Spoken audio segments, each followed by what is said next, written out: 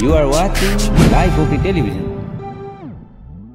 Life okay समाचारको साथमा Balvatika school Pepsicola learning made simple Jiva life to your style wellness mall a natural way to improve your health. नमस्कार, life okay समाचारमा स्वागत छ। सुरुमा मुख्य समाचार। निर्वाचन अभियानको कार्यतालिका सार्वजनिक। मुलुकको परिवर्तन जस माओवादीले लिन नसकेको। स्थानीय तहको निर्वाचनमा गठबन्धन बीच सहकार्य हुने दाबी।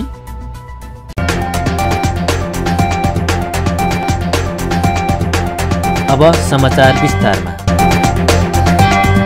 नेपाली कांग्रेसले स्थानीय तहको निर्वाचन केन्द्रित फागुन 29 देखि सुरु हुने निर्वाचन अभियानको कार्यतालिका सार्वजनिक गरेको छ। पार्टी कार्यालयमा बुधबार पत्रकार सम्मेलन गर्दै कांग्रेसले हर घर जाउँ कांग्रेस जिताउँ अभियानको कार्यतालिका र उद्देश्य सार्वजनिक गरेको हो। पत्रकार सम्मेलनमा कांग्रेसका प्रवक्ता डाक्टर प्रकाश शरण महतले सबैको काँधमा भारी सबैको काँधमा जिम्मेवारी भन्ने नारासहित सबै नेता कार्यकर्तालाई आवश्यक जिम्मेवारी दिने बताउनुभयो। उहाँले फागुन 29 देखि चैत 29 सम्म चल्ने अभियानका लागि 77 जिल्लामा केन्द्रीय प्रतिनिधि खटाइएको जानकारी दिनुभयो। अभियान अन्तर्गत कांग्रेसको नेतृत्वमा विगतमा हासिल राजनैतिक र आर्थिक उपलब्धि जनसमक्ष विस्तारित रूपमा राख्ने एमसीसीका बारेमा जनतालाई जानकारी गराउने योजना कांग्रेसको छ।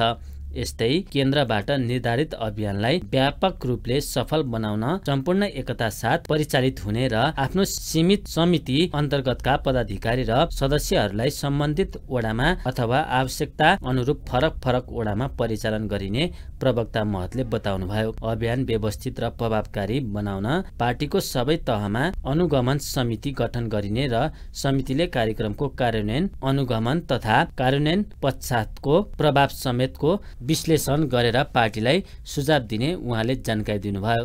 30 गतेको वैशाख 30 गतेको स्थानीय निर्वाचनमा मतदानमा सहभागी भई आफ्नो लोकतान्त्रिक अधिकार प्रयोग गर्न आम मतदाताहरूलाई अपिल तथा माहौल तयार गर्ने यसको लक्ष्य छ र यो लक्ष्य प्राप्तिको लागि हामीले वडा टोलसम्म नै पार्टीका साथीहरूलाई परिचालन गर्ने र पार्टी पंक्ति एकताबद्ध भएर चाहिँ खडा हुने र नेपाली कांग्रेसको उम्मेदवारलाई विजय गराउने यो हाम्रो लक्ष्य हो। हरेक काँधलाई भारी हरेक हातलाई जिम्मेवारी अर्थात् कुनै पनि नेपाली कांग्रेसका कार्यकर्ताहरू जिम्मेवारी विहीन नरहुन् भनेर हामीले सम्पूर्ण जति पनि यो प्रदेशदेखि स्थानीय टोलसम्मको संरचना पार्टी संरचना छ त्यसलाई सम्पूर्ण रूपमा पूर्णता दिने र जिम्मेवारीको बाँडफाँड गर्ने यसले चाहिँ हाम्रो यो अभियानलाई थप गति दिन्छ। त्यस्तै गरेर नेपाली कांग्रेस पार्टीले अनेकन राजनीतिक आर्थिक उपलब्धि गत समयमा हासिल गरेको छ। त्यसलाई सशक्त ढङ्गबाट नेपाली जनता बीचमा राखेर त्यो पुनर्स्मरण गराउने पनि हाम्रो लक्ष्य छ। त्यस्तै गरेर कुन परिवेशमा नेपाली कांग्रेस पार्टी फेरि सत्तामा आयो, जुन असंवैधानिक कदम ओलीजी नेतृत्वको सरकारले गर्यो, त्यो असंवैधानिक कदमलाई सच्याएर पार्टी यो देशलाई एउटा ठिक बाटोमा अगाडि बढाउनको लागि र यो व्यापक रूपमा त्यस बखत जुन भ्रष्टाचार भएको थियो त्यसलाई पनि रोक्नको लागि हामीले यो सत्तामा जाने निर्णय गर्यौं। त्यसै हुनाले सँगसँगै यो 3 वर्षको जुन असंवैधानिक कदम र भ्रष्टाचारको पनि लेखाजोखा नेपाली जनताले गर्नुपर्छ र त्यो सुसूचित गर्ने काम हाम्रो हो। त्यो पनि यसको मूल लक्ष्य हो। त्यस्तै गरेर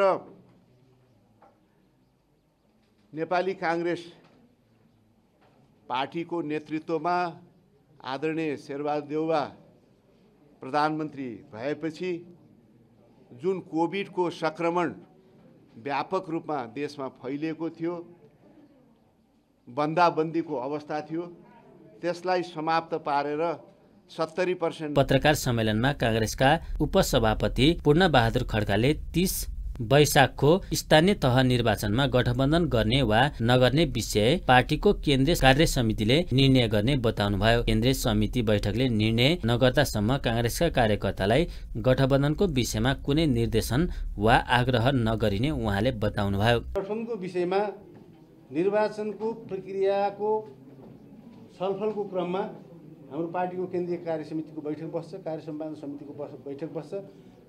कार्य समितिको बैठकले चुनावका बारेमा, चुनावी तालमेलका बारेमा, चुनावी गठबन्धनका बारेमा व्यापक छलफल गरेर एउटा निष्कर्षमा आइपुग्छ। पार्टीको त्यो निष्कर्षभन्दा अगाडि अहिले गठबन्धन हुन्छ कि हुन्न, तालमेल हुन्छ कि हुन्न भनेर छलफलको विषय हामी बनाउँदैन। त्यो चाहिँ के भन्दा मेच्योर हुन्छ, इमेच्योर हुन्छ, अपरिपक्व छलफल हुन्छ।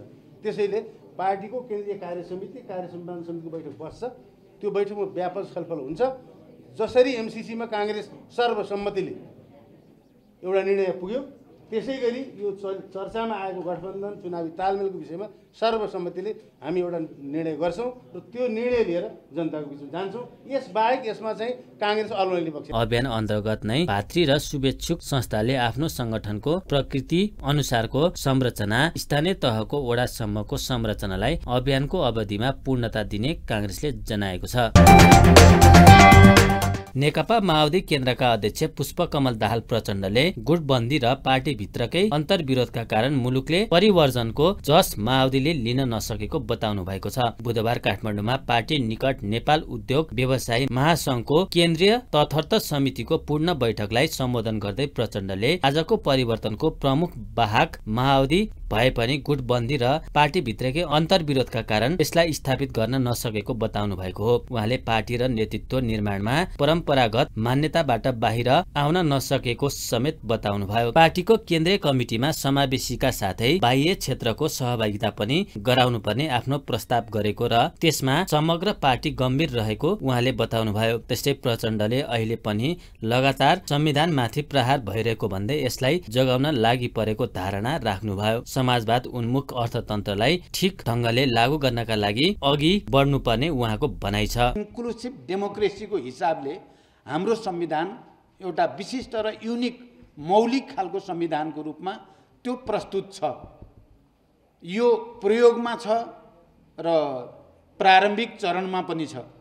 कारण यसका विरुद्ध विभिन्न कोणबाट प्रहारहरू पनि भइराखेका छन् र यसको रक्षाको निम्ति फेरि हामीले विभिन्न रूपले आन्दोलित पनि भइराखेका छौँ।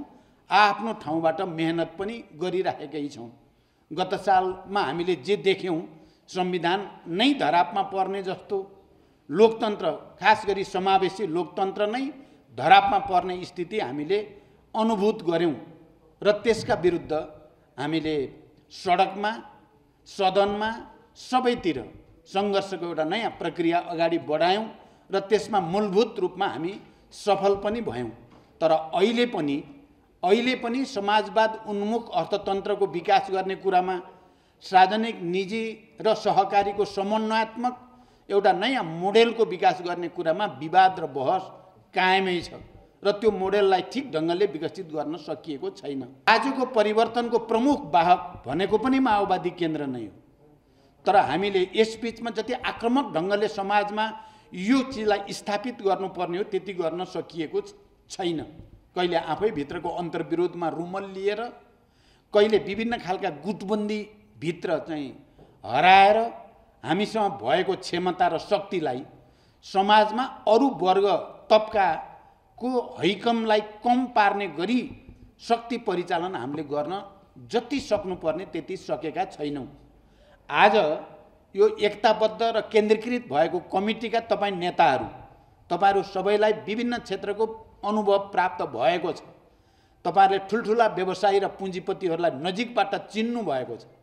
उनीहरूले गर्ने नकारात्मक क्रियाकलाप कस्ता हुन्छन् र कसरी गर्छन् भन्ने कुरा पनि तपाईँहरूले थाहा पाउनु भएको छ।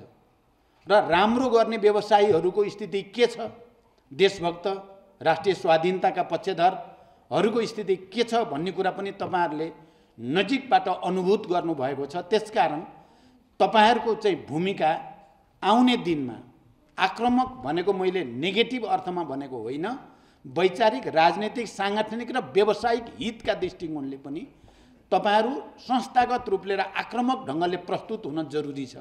राष्ट्रिय अर्थतन्त्रका पक्षमा, स्वाधीनताका पक्षमा, समतामूलक समाजको पक्षमा, समाजवाद निर्माणको आधार तयार पार्ने पक्षमा तपाईहरु दृढताको साथ आक्रमक ढङ्गले प्रस्तुत हुनुभयो भने बिस्तारै बिस्तारै र छिटै धेरै वर्ष लाग्छ भन्ने मलाई लाग्दैन।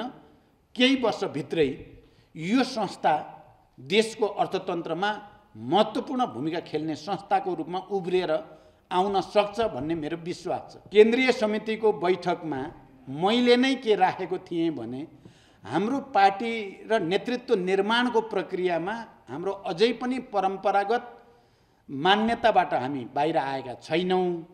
त्यस्तै महासङ्घका संस्थापक अध्यक्ष कृष्ण प्रसाद आचार्यले माओवादीको विभिन्न कमिटीमा व्यवसायीहरूलाई कुनै स्थान नै नदिएको गुनासो गर्नुभयो। अहिलेको जब खुला भएर आइसकेपछि विविध पार्टीहरू, विभिन्न पार्टी, हामीसित प्रतिस्पर्धा गर्ने पार्टीहरूले, उद्योग व्यवसायहरूले सम्मानका साथ आफ्नो चाहिँ केन्द्रीय समितिमा, आफ्नो चाहिँ मन्त्री बनाएका छन्, केन्द्रीय समितिमा लगाएका छन्, विभिन्न ठाउँमा उनीहरूलाई चाहिँ स्थापित गरेका छन्। हाम्रो पार्टीले कन्जुस्याइ गरेर हैन एउटा क्षेत्रीय प्रदेश कमिटीसम्म बनाउने बेलामा पनि बडो रोइ कराइ गरेर बल्ल बल्ल एउटा बनाएको छ। खोइ हाम्रो प्रतिनिधित्व हाम्रो प्रतिनिधि हुनु पर्दैन भन्ने बेलामा चाहिँ आर्थिक समृद्धिका योद्धाहरू तपाईँहरू भन्ने हैन। तर चाहिँ नेतृत्व दिन ठाउँमा चाहिँ हामीले के गर्छौँ, हामी पार्टीको निर्देशन विपरीत हामी हिँड्छौँ, कुनै हामी हिँड्दैनौँ। बरु पार्टीका कार्यकर्ता भनेका, नेता भनेकाहरूले कयौँ पटक चाहिँ अनुशासनिक काम गरेका हामीले देखिरहेका छौँ, तर हामी त्यस्तो गरिरहेका छैनौँ। त्यस्तै सहभागीहरूले अहिलेको अर्थतन्त्र सुधारका लागि आवश्यक कदम चाल्नुपर्ने सुझाव दिएका थिए। नेकपा एकीकृत समाजवादीका अध्यक्ष माधव कुमार नेपालले आगामी स्थानीय तहको निर्वाचनमा गठबन्धन बीच सहकार्य हुने दावी गर्नुभएको छ। बुधबारबाट काठमाडौँमा सुरु समाजवादीको केन्द्रीय कमिटी बैठकलाई सम्बोधन गर्दै अध्यक्ष नेपालले चुनावको तयारीको सन्दर्भमा गठबन्धन दलहरूसँग पनि कुराकानी भइरहेको र मिलेर जाने सहमति भएको बताउनु भएको हो। उहाँले अब सिङ्गो पार्टीको ध्यान स्थानीय तह निर्वाचनमा केन्द्रित हुने बताउनुभयो। गठबन्धन दलहरू बीचको गठबन्धन तोड्नका लागि भयंकर षड्यन्त्र भएको र उक्त षड्यन्त्रहरूलाई विफल पारिएको उहाँको भनाइ छ। अध्यक्ष नेपालले पार्टीको अनुशासन र विधिहरू पालना गर्नुपर्ने भन्दै अराजकतालाई पार्टीभित्र स्वीकार गर्न नसकिने उल्लेख गर्नुभयो। त्यस्तै उहाँले आफूहरूले निर्माण गरेको एमालेलाई केपी ओलीले कब्जा गरेका कारण विद्रोह गर्नु परेको धारणा राख्नुभयो। अध्यक्ष नेपालले आफ्नो पार्टीलाई जनताको आकांक्षा अनुरूप नै अघि बढाउनु पर्ने बताउनुभयो। हामीले तत्कालीन पार्टी नेकपा एमाले विद्रोह गर्नुपर्ने स्थिति बन्यो। हामीले निर्माण गरेको त्यो पार्टी आज केपी ओलीको कब्जामा पुगेको छ। यो ख्याल राख्नुपर्छ, त्यो केपी ओलीको र त्यो गुटको कब्जामा पुगेको छ। त्यो कब्जामा पुगिसकेको पार्टीमा रहिरहने अवस्था बनेन। फलस्वरूप हाम्रो सामु दुईटा विकल्प थिए, कि त आत्मसमर्पण गर्नु कि त विद्रोह गर्नु। केपी ओलीका दक्षिणपन्थी विचारका सामु, व्यक्तिवादी प्रवृत्तिका सामु, निरङ्कुश शैलीका सामु र राष्ट्रिय आत्मसमर्पणवादी प्रवृत्तिका सामु कि त हामीले आत्मसमर्पण गर्नु पर्थ्यो, उनको आदेश तामेल गर्नु पर्दथ्यो, होइन भने हामीले त्यसको अर्को विकल्प रोज्नु पर्थ्यो। हामीले दक्षिणपन्थी अवसरवादी बाटो अस्वीकार गर्यौँ। हामीले क्रान्तिकारी धारमा अगाडि बढ्ने सङ्कल्प गर्यौँ। कमुसको क्रान्तिकारी धारलाई जोगाउने, अगाडि बढाउने आँट गर्यो र आँट गरेर विद्रोहको बेगुल फुक्यौँ। लोकतन्त्रको सवालमा होस्, गणतन्त्रको सवालमा होस् या जनजीविकाको सवालमा होस्, सामाजिक न्यायको विषयमा होस्, समानताको विषयमा होस्, समाजको आर्थिक सामाजिक सांस्कृतिक रूपान्तरणको विषयमा होस्, यी सबै विषयहरूमा हाम्रो कार्यशैलीमा होस्, हाम्रो आचरण र व्यवहारमा होस्, यो सबैमा हामीले नितान्त जन अपेक्षा अनुरूप नै अगाडि बढ्नुपर्छ। पुरानो अन्य पार्टीमा भएका विकृति र विसङ्गति हामीभित्र प्रवेश नगरून्, छन् भने पनि तिनीहरूलाई हटाउँदै समाप्त पार्न सकियोस् भन्ने कुरामा हामीले ध्यान दिनुपर्ने आवश्यकता छ। हामीले ध्यान पुर्याउनु पर्ने आवश्यकता छ। प्रत्येकले आफूमा रहेका कमजोरीलाई महसुस गर्नुपर्छ। अहिले घोषणा भएको वैशाख 30 गतेको जुन मितिको बैठकमा अध्यक्ष नेपालले राजनीतिक प्रतिवेदन प्रस्तुत गर्नुभएको छ। प्रतिवेदनमाथि उठेका प्रश्न र सुझावलाई समेटेर बिहिबारको बैठकले पारित गर्ने एकीकृत समाजवादीले जनाएको छ। प्रतिवेदनमाथि छलफल गर्न विभिन्न समूह बनाइएको र बिहिबार 11 बजे बस्ने बैठकमा निष्कर्ष प्रस्तुत हुने नेताहरूले जनाएका छन्। सभामुख अग्नि प्रसाद सापकोटासँग फ्रान्स नेपाल संसदीय मैत्री समूहका अध्यक्ष भेरोनिक रियोतो नेतृत्वको प्रतिनिधि मण्डलले शिष्टाचार भेट गरेको छ। सिंहदरबार स्थित सभामुखको कार्यकक्षमा भएको भेटमा सभामुख सापकोटाले नेपाल र फ्रान्स बीच 73 वर्षदेखिको कूटनीतिक सम्बन्ध सुमधुर र उदाहरणीय रहेको बताउनु भएको छ।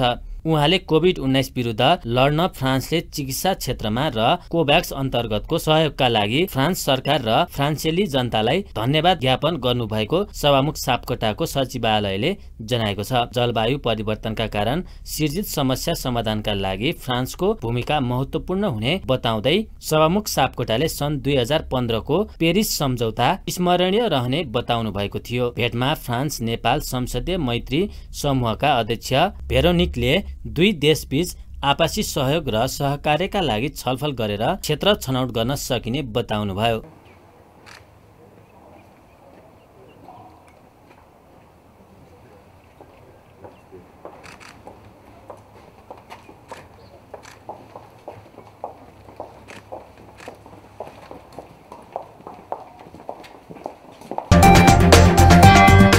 सञ्चार तथा सूचना प्रविधि मन्त्री ज्ञानेन्द्र बहादुर कार्कीले प्रेस स्वतन्त्रताको सम्मान गर्दै जनतालाई सुशासनको प्रत्याभूति गराउने कुरामा सरकार प्रतिबद्ध रहेको बताउनु भएको छ। बुधबार काठमाडौँमा नेपाल पत्रकार महासंघले आयोजना गरेको कार्यक्रममा सञ्चार मन्त्री कार्कीले संविधानले परिकल्पना गरेको अभिव्यक्ति तथा प्रेस स्वतन्त्रतालाई मर्यादित गराउने पक्षमा सरकार रहेको भन्दै त्यसलाई अंककुश लगाउने कल्पना पनि सरकारले गर्न नसक्ने बताउनु भएको हो। सरकार दक्षिण एसियामै प्रेस तथा अभिव्यक्ति स्वतन्त्रतामा अग्रणी देशको रूपमा प्रस्तुत हुन चाहेको उहाँको भनाइ छ। त्यस्तै उहाँले सरकारले अनलाइन टेलिभिजन सम्बन्धी गरेको व्यवस्था पवित्र उद्देश्यले ल्याइएको दावी गर्दै यसको कार्यान्वयनका लागि सरकार प्रतिबद्ध रहेको बताउनुभयो। राष्ट्रिय प्रसारण नियमावलीमा भएको संशोधनले अभिव्यक्ति स्वतन्त्रतामा कुनै हस्तक्षेप नगरेको उहाँले बताउनुभयो। उहाँले व्यक्तिगत रूपमा सामाजिक सञ्जाल प्रयोग गर्नेलाई नियमावलीले नछुने स्पष्ट पार्नुभयो। अभिव्यक्ति स्वतन्त्रताको जुन हामीले बनाएको संविधानले परिकल्पना गरेको छ त्यसलाई अरू मर्यादित गराउने, त्यसलाई विकसित गराउने र अभिव्यक्ति स्वतन्त्रतालाई अंकुश लगाउने कल्पनासम्म पनि यो सरकारले गर्न सक्दैन। म यति मात्र भन्न चाहन्छु, हामी यो सरकार शेरबहादुर देउवाले नेतृत्व गरेको जुन यो सरकार छ यो दक्षिण एसियामै प्रेस स्वतन्त्रताका निमित्त अग्रणी देशको रूपमा हामी यसलाई परिचित गराउन चाहन्छौँ। यो केवल भाषणमा होइन, हामी व्यवहारमा देखाएर यो कुरा अगाडि बढाउन चाहन्छौँ। यसका निमित्त सम्पूर्ण प्रेस जगतका साथीहरूको सहयोग र सद्भावको अपेक्षा सरकारले गरेको छ। प्रेस स्वतन्त्रताप्रति हाम्रो सम्मान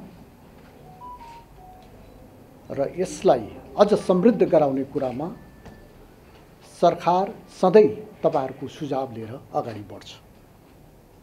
म श्रद्धेय नेता कृष्णप्रसाद भट्टराई जो नेपाल पत्रकार महासंघको प्रथम अध्यक्ष हुनुहुन्थ्यो, उहाँलाई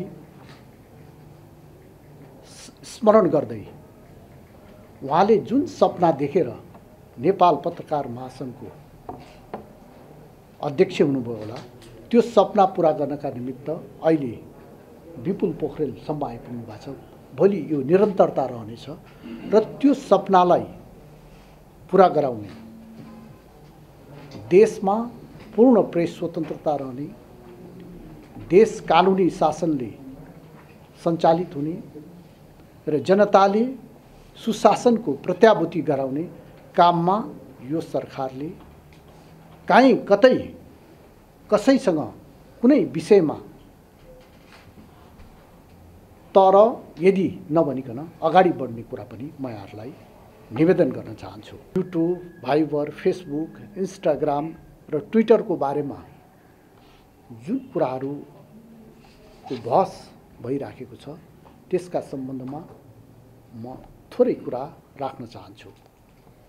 सामाजिक सञ्जाल युट्युब, भाइबर, फेसबुक, इन्स्टाग्राम, ट्विटरको प्रयोग मार्फत यसको प्रयोगकर्ताहरूले आफ्नो विचार। कार्यक्रममा पत्रकार महासंघका अध्यक्ष विपुल पोखरेलले नियमावलीको संशोधनका केही विषयमा महासंघले आफ्नो चासो र चिन्ता व्यक्त गरेकाले तत्काल आवश्यक संशोधनका लागि माग गर्नुभयो।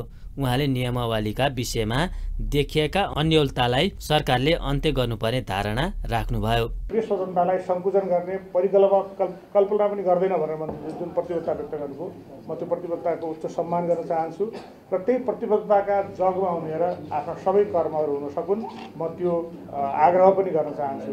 केही कुराहरू मन्त्रीजीले प्रश्न पारिसक्नु भएको छ।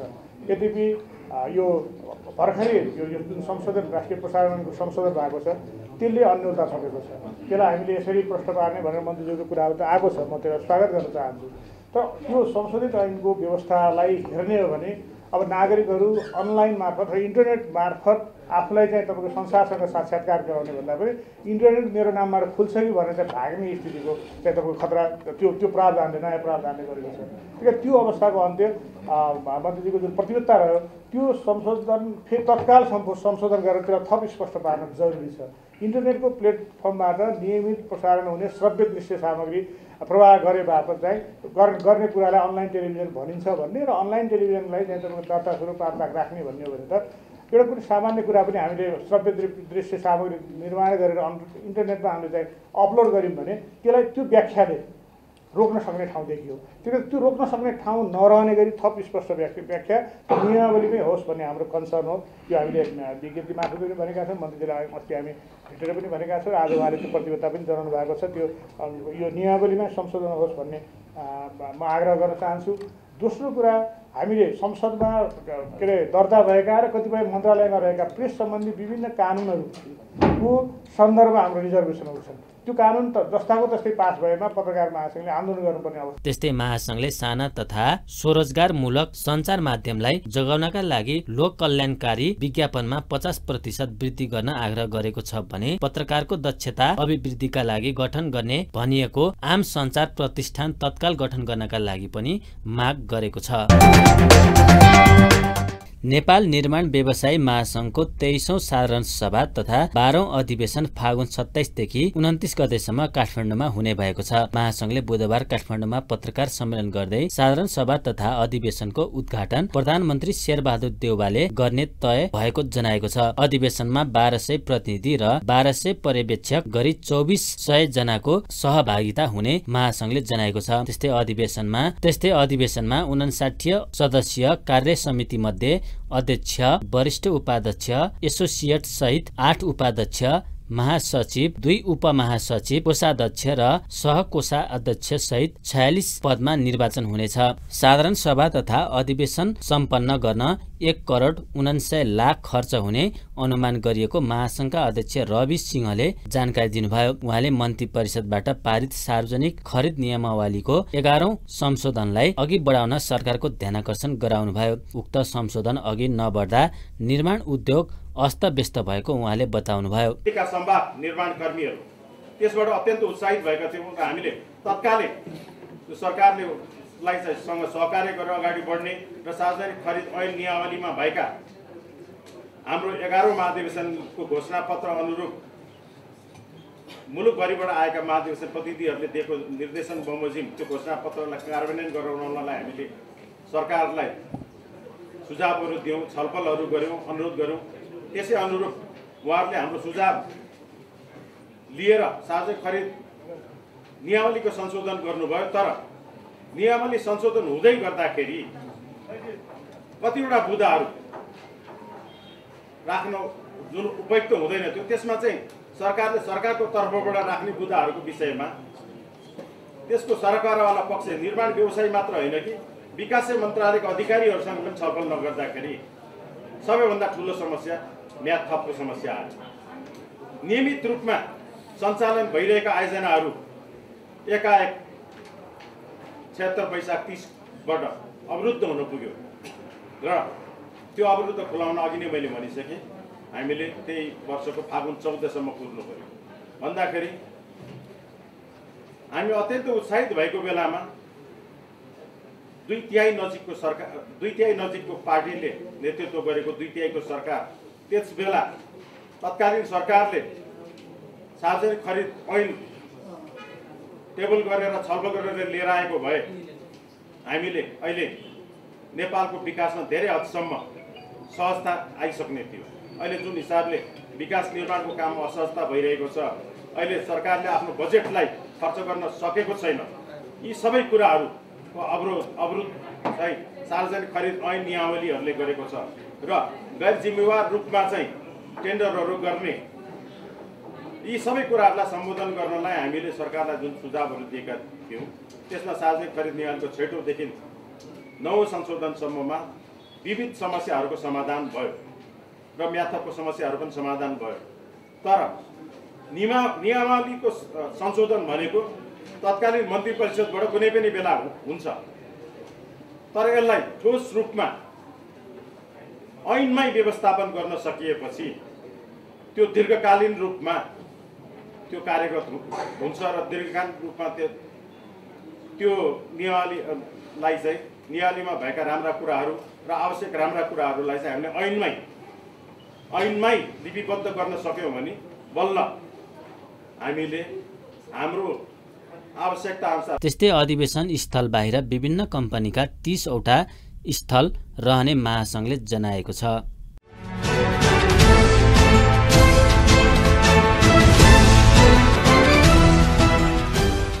नेप्से सूचक 30.29 अङ्कले घटेर 2514.65 बिन्दुमा झरेको छ। यस्तै सेन्सिटिभ सूचक पनि 5.46 अङ्कले घटेर 487.07 बिन्दुमा झरेको छ। यस दिन कारोबार रकम भने 2.5 अर्ब तल झरेको छ। यस दिन 2 अर्ब 35 करोड 23,17,142 रुपियाँ बराबरको 49,59,919 किता सेयर कारोबार भएको छ।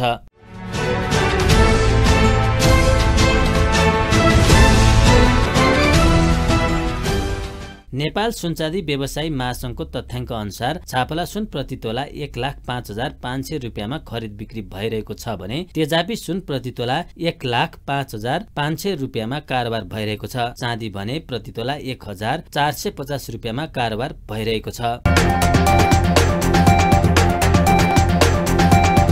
अन्त्यमा प्रमुख समाचार फेरि एकपटक। निर्वाचन अभियानको कार्यतालिका सार्वजनिक। मुलुकको परिवर्तन जस माओवादीले लिन नसकेको। स्थानीय तहको निर्वाचनमा गठबन्धन बीच सहकार्य हुने दाबी। हस्त अहिलेका लागि लाइफ ओके समाचार यति नै। हेर्दै गर्नुहोला लाइफ ओके टेलिभिजन। नमस्कार।